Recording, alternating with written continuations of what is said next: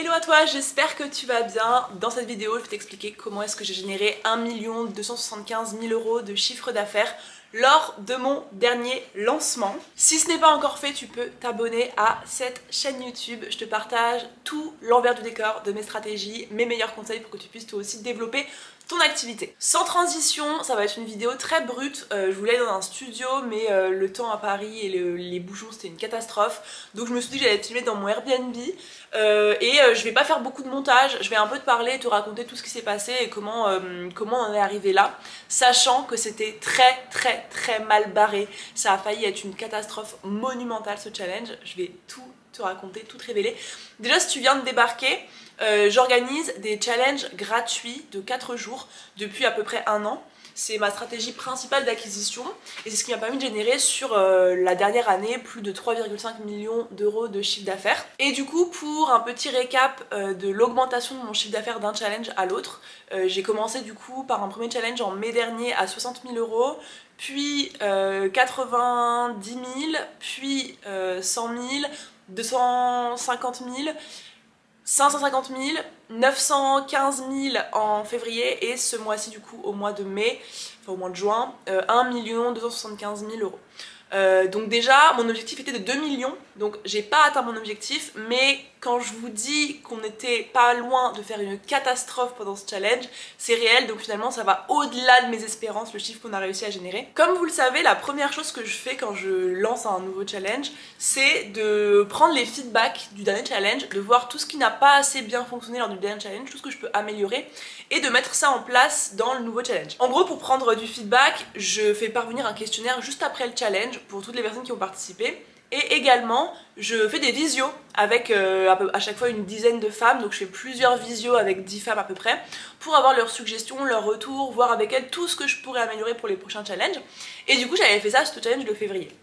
Et c'est vrai qu'en février, on avait eu un énorme problème de sur-sollicitation.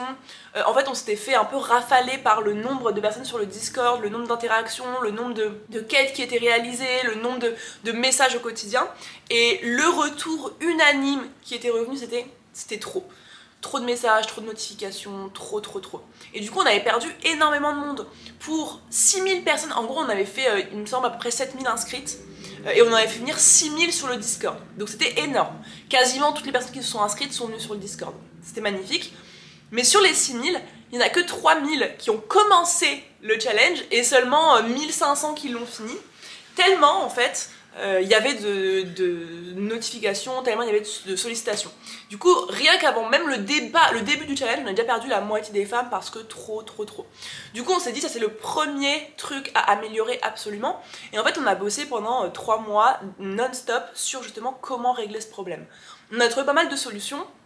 Déjà, on a évité, lors du dernier challenge, on avait des groupes de 300. C'était clairement invivable. Et là, on a limité les groupes à 150, 200 maximum. On a aussi limité la possibilité de mentionner les personnes. Avant, toutes les ambassadrices pouvaient taguer des personnes et du coup chacune taguait un peu tout le monde et du coup il y avait plein de notifications, plein de choses. Oui, avant que je continue, si jamais tu sais pas de quoi je parle, ambassadrice, pas ambassadrice, je t'invite à regarder mes anciennes vidéos sur les challenges que j'ai déjà fait, comme ça tu comprendras un petit peu mieux le système. Mais pour te le faire très rapide, en gros c'est un challenge sur 4 jours, on divise les milliers de femmes qui s'inscrivent par petits groupes. Une ambassadrice est assignée à chaque petit groupe et son rôle ça va être de discuter, de répondre aux questions, de motiver les filles individuellement et dans leur petit groupe et ensuite d'accompagner celles qui le veulent à rejoindre Boost Ton Biz à la fin du challenge.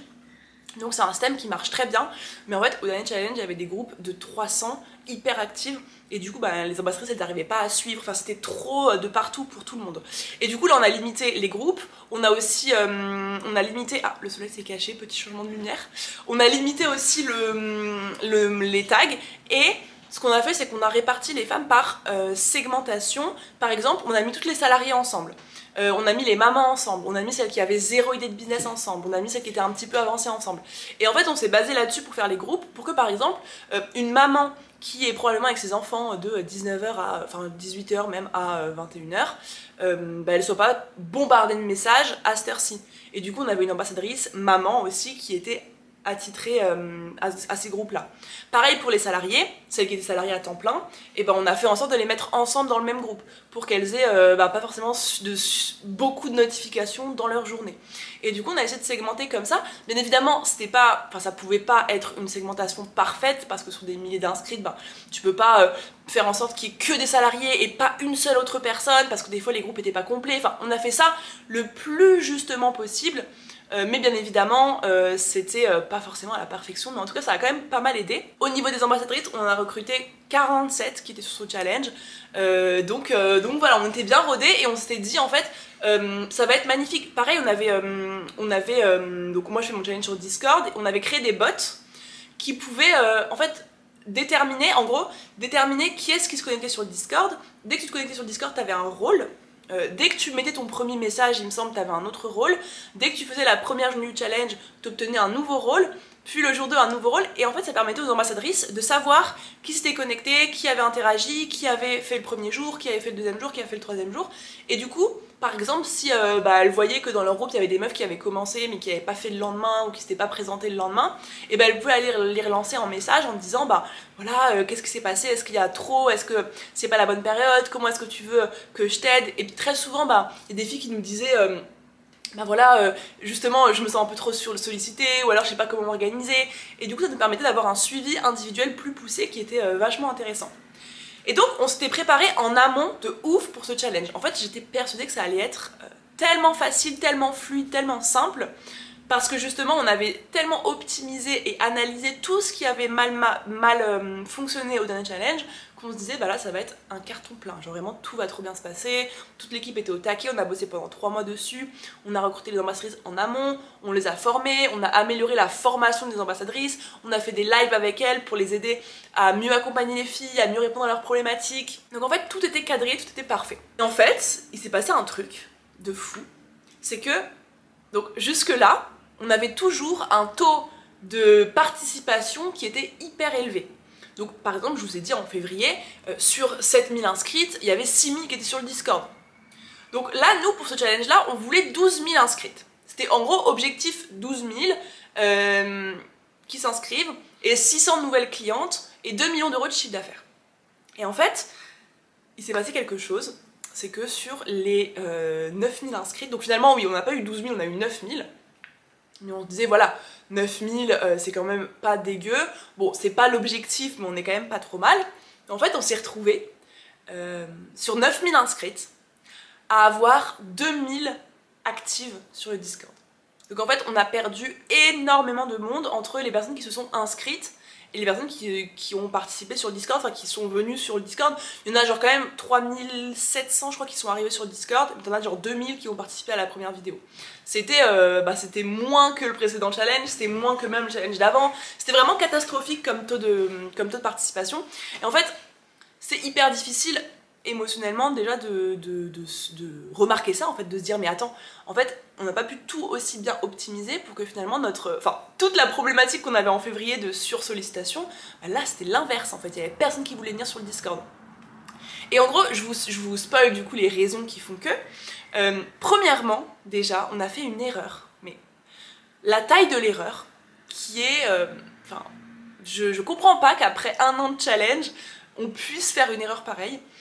C'est que en fait au précédent challenge on demandait toujours sur le formulaire d'inscription au challenge nom, prénom, adresse mail et Instagram, parce qu'en fait sur Insta on va relancer les meufs qui participent pas ou qui se sont pas présentées, on leur fait des petits rappels, voilà, enfin les ambassadrices surtout on leur fait des petits rappels genre voilà tout va bien, est-ce que t'as réussi à accéder au Discord, pareil des fois il y a souvent des filles qui ont des problèmes de connexion et tu sais qui lâchent l'affaire, du coup qui se disent bon bah ça marche pas tant pis, et du coup le fait de les relancer ça les fait venir, et du coup on a toujours basé un peu notre taux de présence sur le Discord sur les relances Instagram. Et en fait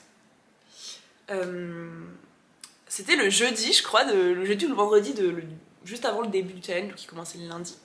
Je me dis bon c'est un peu mou là, ça arrive pas trop sur le Discord alors qu'on a ouvert, je sais pas trop ce qui se passe. Bon vous savez quoi, c'est pas grave, on va prendre les Instagram des 6000 femmes qui ont pas rejoint le Discord, on va se les séparer entre ambassadrices etc. Et on va aller les contacter, leur dire bah voilà venez sur le Discord, ça va être trop cool et tout. Et du coup là je vais sur ConvertKit, notre outil de mailing pour préparer ça. Et en fait je vois que sur les formulaires d'inscription, on a demandé uniquement le prénom et le mail. Donc pour vous, ça vous semble peut-être pas du tout une erreur de dingue, mais en fait, nous, ça ruine littéralement tous nos efforts.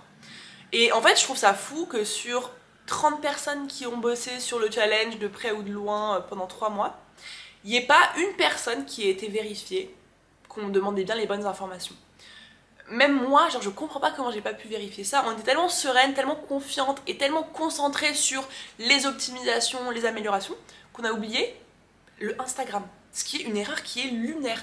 Et en fait, je me rappelle exactement, j'étais sur un banc dans un centre commercial, enfin en gros je marchais, et je me rends compte de ça, et genre je m'assois sur le banc, et je regarde dans le vide comme ça, et je me dis mais non mais on n'a pas pu faire ça. Genre c'est pas réel ce qui se passe, c'est pas réel, c'est pas possible qu'on ait fait ça. Et j'envoie un message sur le groupe à qui, je dis les filles dites-moi qu'on a demandé les Instagram, dites-moi qu'il y a un bug, qu'on les a quelque part. Et du coup, ils me disent bah non, on a demandé que prénom et mail. Donc je mets personne en faute parce que oui, les personnes qui sont chargées des pages de capture ont oublié, mais en fait je me dis c'est pas vraiment oublié parce qu'ils avaient mal compris et que du coup nous on a mal communiqué au départ et surtout on n'a pas vérifié. Donc en fait c'est une erreur qui est globale, qui est à tout le monde, mais surtout à moi finalement parce que c'est logique de vérifier, mais bref. Du coup ça facilement, ça nous a fait perdre 500K, genre c'est facilement une erreur à 500K parce qu'on n'a pas eu ce levier d'aller contacter une par une les meufs. Et ça nous a coûté hyper cher. En plus de ça, c'était pas la seule erreur, les leads qu'on avait obtenus par les ads, donc là pour faire un petit ratio j'avais eu 4000 leads par les ads et 5000 par l'organique. Donc déjà, pour un plus gros budget dépensé qu'au dernier challenge, j'ai eu plus ou moins le même nombre de leads, je crois. Quand même quasiment 2 fois plus de budget. Genre là, j'ai mis 60 000 € en ads pour 4000 leads. Donc, le taux d'inscription était... le coût par clic était un peu éclaté. Pour plein de raisons. Je pense qu'il y a une part du marché, une part des mauvaises ads peut-être, ou du mauvais ciblage, peut-être une part aussi de désintérêt pour les challenges en règle générale, les trucs gratuits. Également des erreurs au niveau de la page de capture qui était pas forcément hyper optimisée, le copywriting qui n'était pas optimisé. En fait, moi j'ai toujours le truc de... J'ai tellement été habituée à l'organique, à être suivie par mes abonnés, à faire des événements pour mes abonnés, que du coup j'oublie quand c'est une audience froide, elle me connaît pas et du coup c'est pas parce qu'elle lit un texte vite fait qui est pas ouf qu'elle va s'inscrire. Et du coup il y a plein de raisons qui ont fait que finalement mon taux il était... le coût par lead était hyper élevé.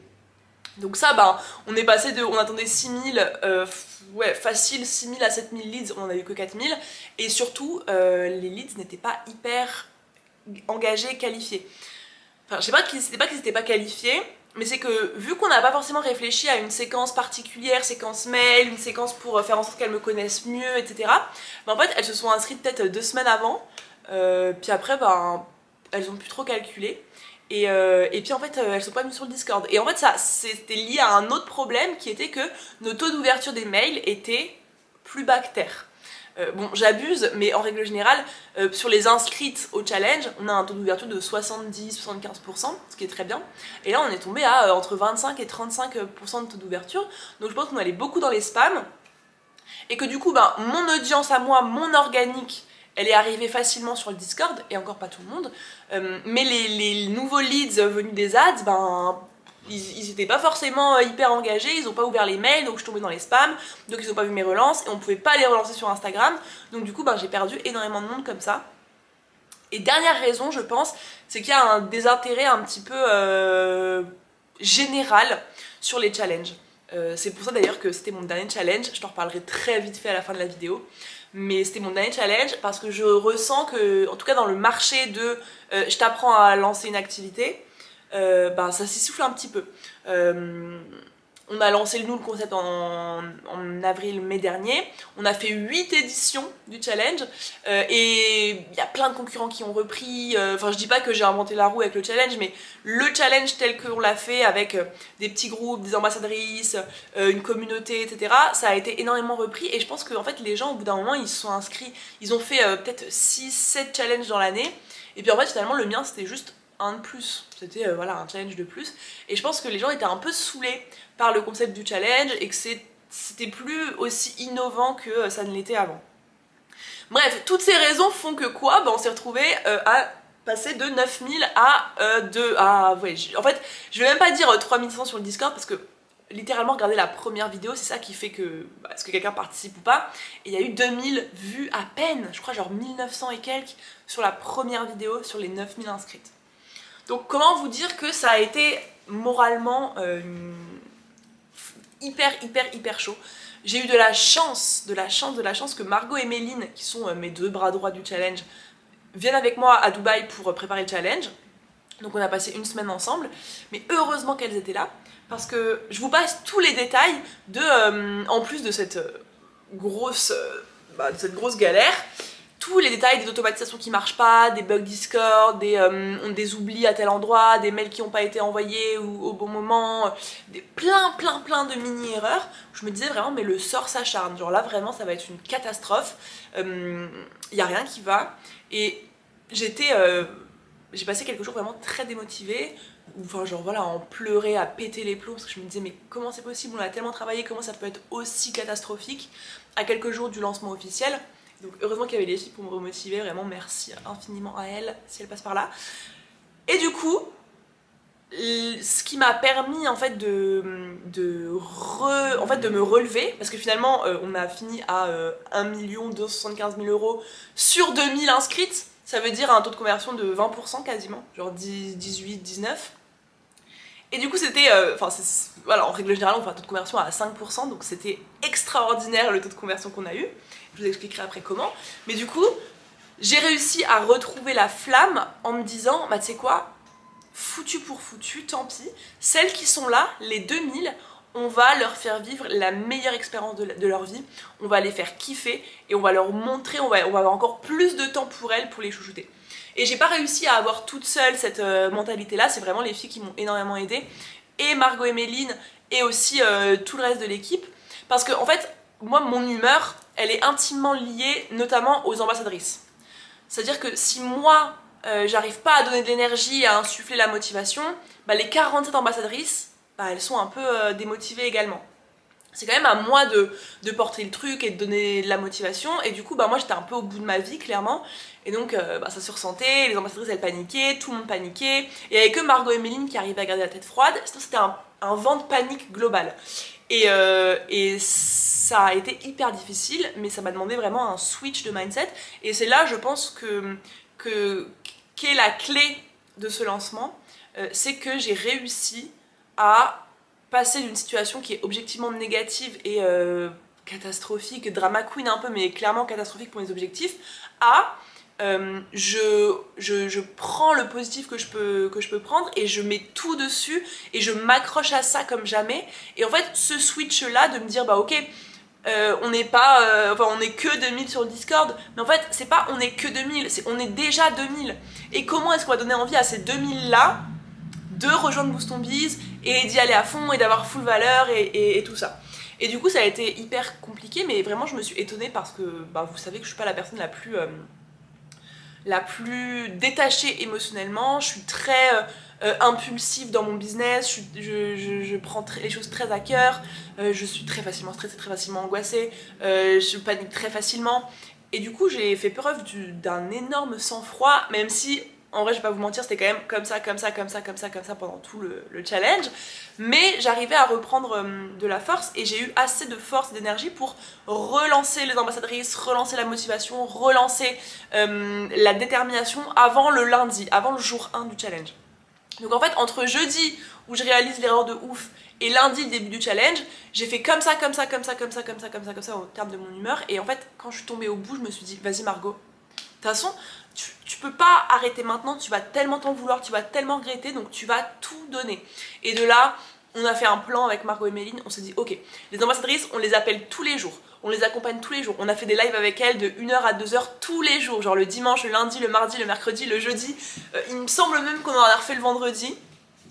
Et du coup on les a remotivés à fond, nous on s'est remis dans un bon mindset, on a un peu fait, enfin on n'a pas fait la fête mais on a un petit peu bu, on est sorti manger au resto, on s'est un peu aéré l'esprit, et en fait on s'est dit ok, à partir du lundi on se soude vraiment et on n'a qu'un seul objectif, c'est accompagner au mieux les filles, leur faire vivre leur meilleure expérience possible et leur montrer à quel point elles ont besoin de Boost on Biz.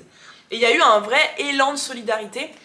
Pour vous dire, pendant le week-end, donc les samedis dimanches, c'était le week-end de la fête des mères, et on s'est dit, ok, bah vu qu'on n'a pas les Instagram, on va prendre la liste des mails, les noms, prénoms, et puis on va voir si on les trouve sur Instagram. Et donc en fait, bon, ça a été un fiasco, hein, bien évidemment, on n'a pas trouvé beaucoup d'Instagram, mais du coup, ce qui est fou, c'est que toutes les ambassadrices quasiment, toute l'équipe quasiment, même ma mère, mon frère, ma mamie, ma tante et ma cousine, qui étaient en repas de famille tranquille pour la fête des mères, se sont partagés des listes d'adresses mail et ont essayé de retrouver les filles sur Instagram. Et c'est fou de se dire en fait que autant de gens ont donné autant pour sauver le Biz Challenge. On avait en gros un plan d'attaque avec les ambassadrices et Margot et Méline qui s'appelait Sauver le Biz Challenge. Et en fait on essayait de trouver des idées toutes plus... en vrai toutes plus foireuses les unes que les autres pour faire venir le plus de personnes possible sur le Discord. Pareil avec Margot, vu qu'on tombait dans les spams, on s'est dit ok, on va envoyer à la main des mails aux personnes qui ont réagi, enfin qui ont répondu à un mail en amont, etc. En gros les plus engagés, pour leur faire un petit rappel. Ça pareil, on l'a fait un tout petit peu, on s'est dit bon, pas trop d'intérêt. Mais du coup, enfin on l'a fait un petit peu. Bref, on a quand même passé, je pense, avec Margot, plus de 10 heures dans le week-end à essayer de trouver des moyens de recontacter les filles. Toute l'équipe, toutes les ambassadrices l'ont fait aussi, alors que clairement, c'était juste pas par gentillesse, mais par solidarité. Et en fait, c'est ce que j'ai trouvé le plus beau. En fait, j'ai deux trucs qui m'ont marqué dans ce challenge. C'est à quel point la perception d'une situation change complètement le résultat. Parce que si j'avais gardé la perception de c'est une catastrophe, c'est n'importe quoi, ça va être une cata, on va complètement se foirer, bah j'aurais jamais atteint le résultat que j'ai atteint, enfin qu'on a atteint. Et la deuxième chose, c'est de me dire que j'ai vraiment une équipe qui est mais tellement soudée. Genre, qui aujourd'hui peut dire que ton équipe elle est prête mais à aller littéralement à la guerre avec moi? C'était vraiment ce mood là, c'était genre on va au front tout ensemble et on est samedi, on est dimanche, on s'en fout, on y va, on y va, on y va. Et enfin c'est même pas... Je leur ai demandé, mais c'était pas du tout obligatoire, c'était juste genre si vous pouvez nous aider. Et elles sont toutes mobilisées à fond, enfin, c'était absolument fou de voir le soutien et la solidarité. Et j'ai vraiment du coup créé le bien le plus précieux à mon sens, qui est une équipe sur laquelle je peux me reposer et qui est capable de me driver et de me porter. Et voilà, c'est un truc de fou. Et donc du coup, finalement, comment est-ce qu'on s'est retrouvés avec ces 4 jours de pré-challenge catastrophiques? Comment on s'est retrouvés à faire notre meilleur lancement, notre meilleur taux de conversion, à savoir que 20% de taux de conversion sur un programme à 3000 balles, c'est, si vous voyez un petit peu les moyennes de taux de conversion, c'est énormissime. Et bien tout simplement, déjà, en ayant tout un mindset, mais de battante, de winneuse, toutes les ambassadrices, elles s'attendaient à avoir genre 150, 200 meufs sur leur groupe, elles en avaient 50 à 100. Du coup, même elles, forcément, bah ça leur fait un coup, elles se disent qu'elles vont être moins efficaces, qu'elles vont avoir moins de boulot, qu'elles vont moins réussir. Et du coup, elles ont toutes individuellement réussi à reprendre les rênes et se dire ok, bah j'ai que 50 meufs dans mon groupe, c'est pas grave. Chacune de ces 50 meufs, je vais la chouchouter, je vais l'aider, je vais pas la lâcher, je vais être aux petits soins pour elle, matin, midi et soir, tout le temps. Et du coup, le fait que individuellement, chacune se mobilise pour sauver le Biz Challenge, accompagner les filles au mieux, et ben ça a énormément aidé. Pareil, en fait, on a pu miser beaucoup plus sur de l'individuel. Parce que finalement, on n'avait pas 150, 200 femmes dans notre groupe, mais on en avait 50, 100. Et du coup, chaque ambassadrice avait beaucoup plus le temps de creuser en discussion avec les filles, de répondre aux questions, d'avoir des échanges approfondis, vraiment des belles conversations. Et pareil, moi du coup, j'avais puisque j'avais pas autant de galères qu'on a un challenge, autant de trucs à régler, bah j'ai pu aussi beaucoup plus aller sur les Discord, sur les 47 groupes du coup. Bon évidemment, j'ai pas parlé à chacune des personnes, hein, mais mettre des petits messages, des petits mots d'encouragement, faire des petits coucous par-ci par-là, mettre des petits podcasts en plus, des ressources que je partageais en plus. Donner des petits conseils par-ci par-là quand je tombais sur un truc intéressant. Et du coup, le fait que moi j'ai été beaucoup plus présente sur chacun des Discord et que les ambassadrices avaient beaucoup plus de temps pour creuser en individuel avec les filles, ça a fait que ça a créé beaucoup plus de proximité, beaucoup plus de confiance, beaucoup plus d'échanges. et bah, finalement ça a payé. Pareil, le fait qu'on fasse des lives tous les jours avec les ambassadrices, ça a énormément aidé à les garder motivées, à leur donner plein de conseils. Un autre truc que j'ai pu faire du coup, vu que j'avais plus le temps et que j'étais en mode mais je lâche rien, c'est que j'ai fait des lives tous les jours quasiment. J'ai fait un live le dimanche soir, on a fait des lives le mardi soir, j'ai fait un live, les ambassadrices ont fait un live le mercredi soir il me semble, il y avait le live de clôture du jeudi soir, et ensuite du vendredi au lundi j'ai aussi fait pas mal de lives. En fait, pour répondre aux questions des filles sur Boost ton Biz, ça pareil, j'avais pas fait avant, mais voilà, je leur disais, bah, si vous êtes là à 17 h, vous venez, je suis en live, je réponds à vos questions sur Boost ton Biz. Les ambassadrices, elles le faisaient aussi de leur côté, elles faisaient des petits lives avec leur groupe. Et en fait, vu que c'était un beaucoup plus petit nombre, bah, on était grave. Enfin, c'était beaucoup plus tranquille l'ambiance et on avait beaucoup plus le temps d'échanger avec chacune. Par exemple, bah, quand je faisais mes lives, j'avais le temps de répondre à toutes les questions une par une. Il y avait quand même des dizaines de personnes sur le live. Du coup, je pouvais creuser, je pouvais discuter. Pareil, j'avais beaucoup d'échanges en DM Instagram. Je disais aux filles, bah, si vous voulez parler à moi de votre situation et pas à votre ambassadrice, venez sur Instagram, je vous réponds. Du coup, je faisais des vocaux sur Instagram, je faisais des messages. J'ai passé, je pense, je sais pas... 5 heures par jour sur Instagram à répondre aux messages, à discuter avec les filles du vendredi du coup au lundi, en plus des filles qui discutaient aussi avec les ambassadrices. Donc en fait, que ce soit pendant la période de challenge ou pendant la période de closing, on avait beaucoup plus de temps pour échanger avec chacune. Et du coup, on les a beaucoup mieux accompagnées pendant le challenge, mais aussi pendant la période de vente. On les a beaucoup plus accompagnées à prendre leurs décisions, on a vraiment pu creuser avec elles leurs besoins, répondre à chacune, voir si Boost ton Biz ça pouvait leur correspondre. Et finalement, je pense que ça a énormément joué sur le closing, enfin c'est même pas je pense, c'est que je suis sûre.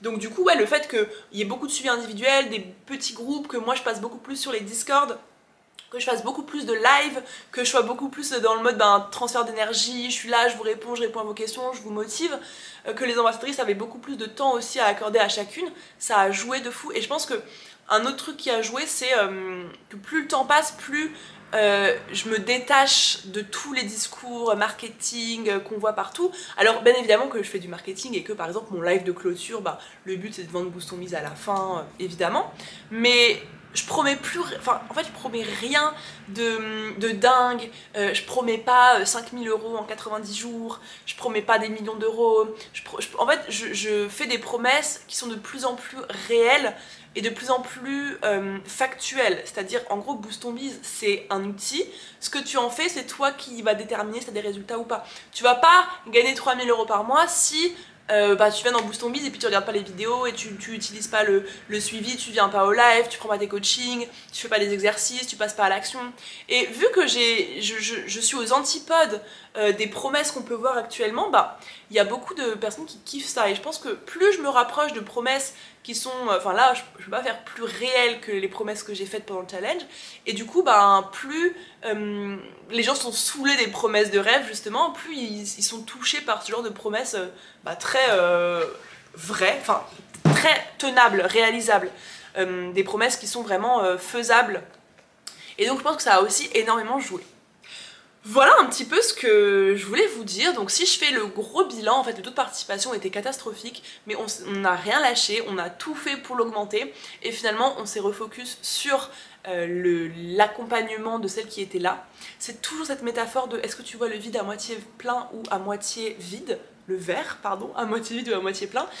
Et ben moi j'ai failli le voir vide, j'ai failli rentrer dans une spirale, j'étais à ça de dire mais genre on arrête c'est bon, m'a saoulé le Biz Challenge, on abandonne. Et en fait par la force de mon équipe qui m'a beaucoup drivé, je me suis dit en fait non, genre et je disais aux filles, hein, jusqu'à la dernière seconde, lundi 23h59, je ne lâche pas l'affaire, je suis là, je ne vais pas lâcher, je ne vais pas abandonner, je vais continuer, je vais tout faire. Il est hors de question que mon mindset me joue des tours ou que j'aille pas jusqu'où je peux aller, que j'ai des regrets. Et du coup ça a énormément joué. Donc voilà un peu pour le bilan, je crois que j'oublie rien. En vrai après j'ai pas beaucoup de choses nouvelles par rapport aux autres challenges à raconter en termes de stratégie. Voilà, j'ai fait des ads, j'ai communiqué sur les réseaux sociaux, j'ai utilisé l'ambassadrice, la plateforme Discord, les quêtes. Voilà, c'était assez similaire au dernier challenge. C'est pour ça que je vous ai dit si vous voulez vraiment mes stratégies complètes, vous pouvez aller voir les autres vidéos, ce sera beaucoup plus explicatif. Là c'était vraiment un bilan de ce challenge principalement. Et puis pourquoi est-ce que du coup j'arrête les challenges, et je m'arrêterai là-dessus, c'est que comme je vous disais, ça a été trop vu, trop entendu, trop répété, on a eu trop, je trouve qu'on a fait un forcing dans les challenges, et tout simplement j'ai envie d'autre chose. J'ai envie de prendre cette expérience du challenge qui a failli virer au drame comme un signe qu'il est temps de me renouveler. C'est vraiment important pour moi de, ça va paraître un petit peu prétentieux de dire ça, mais de lancer des trends, de lancer des nouveaux systèmes. J'aime vraiment ce truc de me dire en fait je regarde pas ce que font les Américains, je regarde pas ce que font les Français, je regarde pas ce que font les autres, je regarde juste ce que veut ma cible et je lui offre le meilleur système possible pour qu'elle puisse se rendre compte de la valeur qu'elle aurait à rejoindre Boost On Biz. Et du coup j'ai déjà mes petites idées pour septembre. Sauf que, contrairement à d'habitude où je fais beaucoup de build-in public, je vous montre tout, je vous montre les coulisses sur YouTube, sur LinkedIn, partout, je ne dirai rien cette fois-ci avant le jour J, parce que j'ai pas envie qu'on me devance ou qu'on prenne mon idée, ou c'est un truc assez novateur que j'ai en tête. Je le tease pour l'instant rapidement, même à mon équipe, enfin mon équipe proche est au courant, et même les ambassadrices on les tease tout doucement petit à petit parce que j'ai pas envie de tout balancer comme ça. Mais en gros ça va être un nouveau système d'acquisition, donc restez quand même connectés parce que je lancerai des petites informations par-ci par-là. Et puis c'est tout ce que j'avais envie de vous dire. Un grand merci de m'avoir écouté jusque là, n'hésite pas à me mettre en commentaire ce que tu en as pensé, et aussi si tu as des questions, si tu veux que j'y réponde. Voilà, j'ai encore fait une pause dans YouTube, mais j'ai le plaisir de vous annoncer que je me fais accompagner sur YouTube désormais, et qu'on va passer à un rythme de 1 à 2 vidéos par semaine, vlog et valeur de ouf. Donc abonnez-vous pour ne pas rater tout ce qui va arriver dans les prochains mois. Vraiment il y a des concepts de fou. Notamment, enfin je vais pas vous dire, mais vraiment des trucs incroyables qui arrivent, donc restez bien connectés, restez bien abonnés. Merci à vous d'avoir regardé, merci à vous si vous likez, si vous partagez, si vous mettez un petit commentaire, ce sera énormément aidant pour moi. Merci à mon équipe qui m'a permis de rendre ce challenge incroyable. Merci aux femmes qui ont participé au challenge, qui ont rendu l'expérience folle. Et merci surtout aux 300 et quelques, quasiment 350 femmes qui ont rejoint Boost On Biz et qui m'ont fait confiance et qui sont désormais dans l'aventure. Voilà, d'ailleurs demain je retrouve mes clientes en présentiel à Paris, vous verrez la vidéo sur YouTube, et je vous laisse là-dessus. Merci à vous de m'avoir regardé et je vous fais des gros bisous. Bye!